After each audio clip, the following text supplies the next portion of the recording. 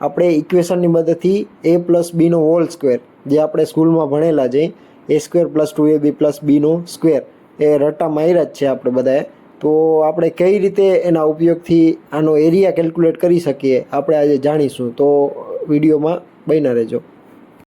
મિત્રો તમે જોઈ શકો છો આ આપણું ખેતર છે જેમાં માંડવી ઉગાયેલી છે અને આ ખેતર ટોટલ 12 વીઘાનું છે. હવે આ ખેતરનું આપણે માપણી કરશી આ ટોટલ એક્ઝેક્ટ 12 વીઘાનું છે કે નહીં કેવી રીતે એ પણ આપણે ઇક્વેશનની મદદથી a plus Bino whole square જે આપણે સ્કૂલમાં ભણેલા છે a² + 2ab + bનો સ્ક્વેર. નમસ્કાર મિત્રો, તમે સ્કૂલમાં બધા શીખ્યું જ હશે કે a plus Bino hall square એના બરાબર a² + 2ab + b² થાય. પણ એનો રિયલ લાઈફમાં યુઝ ક્યાં થાય એ કે કોઈને ખબર નથી. મતલબ આપણે રટા જ માર્યા છે બધા સ્કૂલમાં કે એનો મેઇન યુઝ ક્યાં થાય છે આપણે એકચ્યુઅલમાં. તો આપણે આ ઇક્વેશનના મદદથી આપણે જમીન અથવા તમારે પાસે કોઈ મતલબ પ્લોટ હોય કે સમથિંગ ગમે તે હોય તો એનું એરિયા કેલ્ક્યુલેટ કેવી રીતના કરવો આ ઇક્વેશન મદદથી એ જ આપણે શીખીશું. ઓકે, તો સૌથી પહેલાં ધારો કે તમારી પાસે એક સ્ક્વેરનો પ્લોટ છે સ્ક્વેર ફીટમાં, અથવા તો તમારી વાડી છે ખેતર છે ગમે તે હોય. a પ્લસ બીનો સ્ક્વેર હોલ સ્ક્વેર એના બરાબર આ જ થાય એ કેવી રીતના પ્રૂવ કરવું એ આપણે જાણીશું. તો ધારો કે આ છે એ માપ, બરાબર. અહીંથી એક લાઈન ખેંચી લેશી, એમાં અહીંયા એ આપણે માપ દઈશું કે આટલી જે લંબાઈ છે એ છે અને આ છે બી.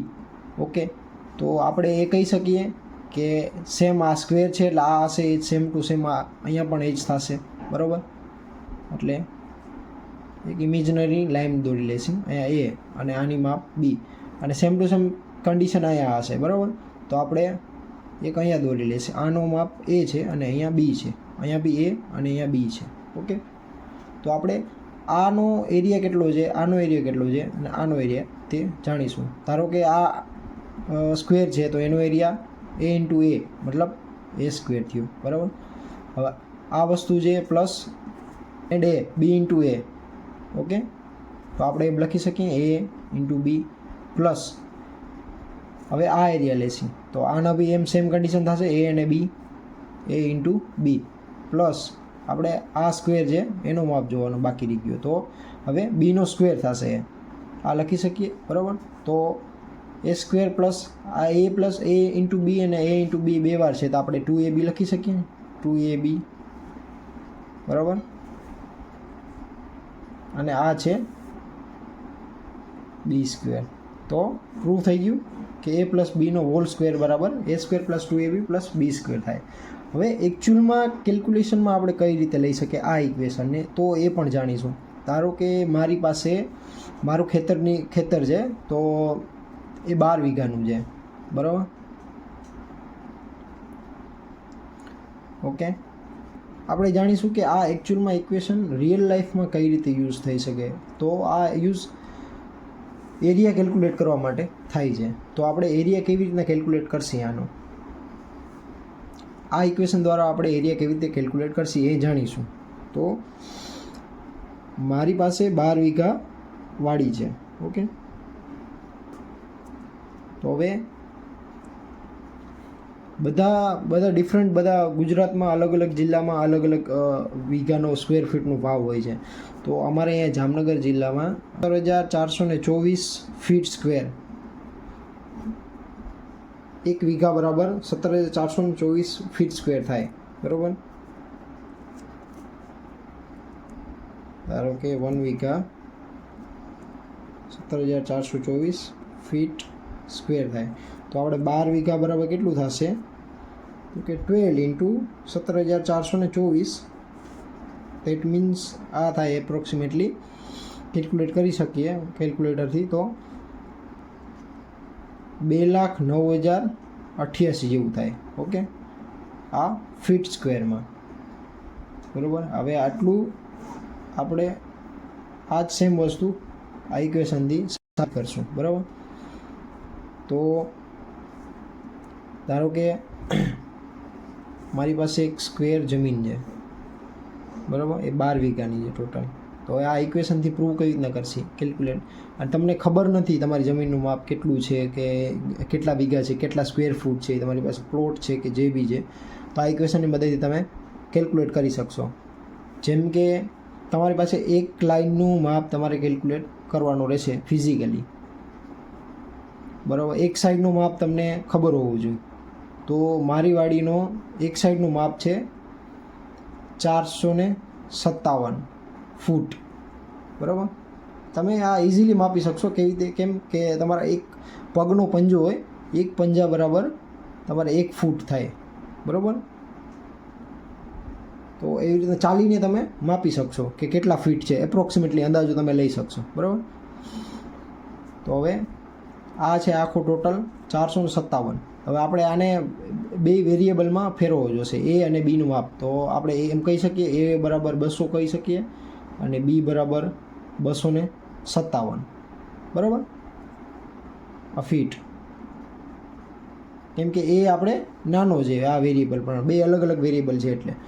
તો આપણે એ અહીંયા ધારો કે લઈ શકીએ, આ છે 200 ફીટ અને આ છે 257 ફીટ, બરાબર. હવે સેમ ટુ સમ ઉપરના જેવું આમ ઇમેજિનરી લાઈન દોરી લેશી, બરાબર. આનું માપ છે આ સેમ આવશે 200 ફૂટ અને આ માપ છે એ પણ સેમ આવશે 257 ફૂટ. આ એની જગ્યાએ છે, આ બીની જગ્યાએ છે, આ એની જગ્યાએ, આ બીની જગ્યાએ. સેમ ટુ સેમ અહીંયા થશે, આ 200 ફૂટ આ એની જગ્યાએ, આ 257 ફીટ, બરાબર, આ બીની જગ્યાએ. આ જે 200 ફૂટ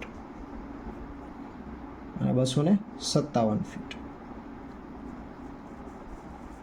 હવે આપણે આ ઇક્વેશનથી કેલ્ક્યુલેટ કરશી. તો a² + 2ab + b² means a² means આપણે 200 છે, 200 નો સ્ક્વેર પ્લસ 2 × 200 × 257, બરાબર, પ્લસ 257 નો સ્ક્વેર. તો હવે આને કેલ્ક્યુલેટરમાં કેલ્ક્યુલેટ કરશી અને તમે કરી શકશો, બરાબર.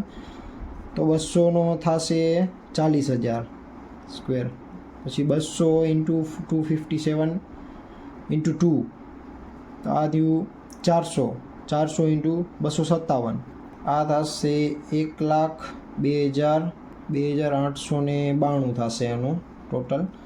અને 257 નો સ્ક્વેર આપણે કેલ્ક્યુલેટરમાં કેલ્ક્યુલેટ કરી તો 66,167. ઓકે. તો આનો સરવાળો કરશી તો આપણે મળશે 2,90,057 ફીટ સ્ક્વેર, બરાબર. આટલું ફીટ સ્ક્વેર થાય. હવે આને વીઘામાં કન્વર્ટ કરવું હોય તો આપણે આને 17,424 છે એનાથી ડિવાઈડ કરી દેશી એટલે આવશે એપ્રોક્સ 11,000 પોઈન્ટ. આપણે 2,90,057 ફીટ સ્ક્વેરને 17,000 છે જે આપણે 1 વીઘા બરાબર 17,424 ફીટ સ્ક્વેર. તો આપણે આને 17,424 ફીટ સ્ક્વેરથી ડિવાઈડ કરી દેશી એટલે આપણે આવશે 11.99 વીઘા. ઓકે. તો એપ્રોક્સ થઈએ 12 વીઘા જેવું, બરાબર. આ આપણો ફાઇનલ આન્સર છે. તો તમે આ ઇક્વેશનનો યુઝ કરીને તમારો એરિયા કેટલો છે એ માપી શકશો. તમારે ખાલી એક સાઈડનો માપની જરૂર પડશે અને એને એ અને બી 2 વેરિયેબલમાં ડિવાઈડ કરી દેવાનું. ધારો કે 457 છે તો એમાં મેં એકને 200 કહી દીધું નાના, એને નાનો કરીને, અને બી થોડુંક મોટો રાખ્યો એટલે 257 કરી શકો. અને આને એમ પર કરી શકો કે એ એટલે 57 અને બી એટલે 400, આમ બી કરી શકો કેલ્ક્યુલેટ. સેમ આન્સર આવશે. Okay, thank you.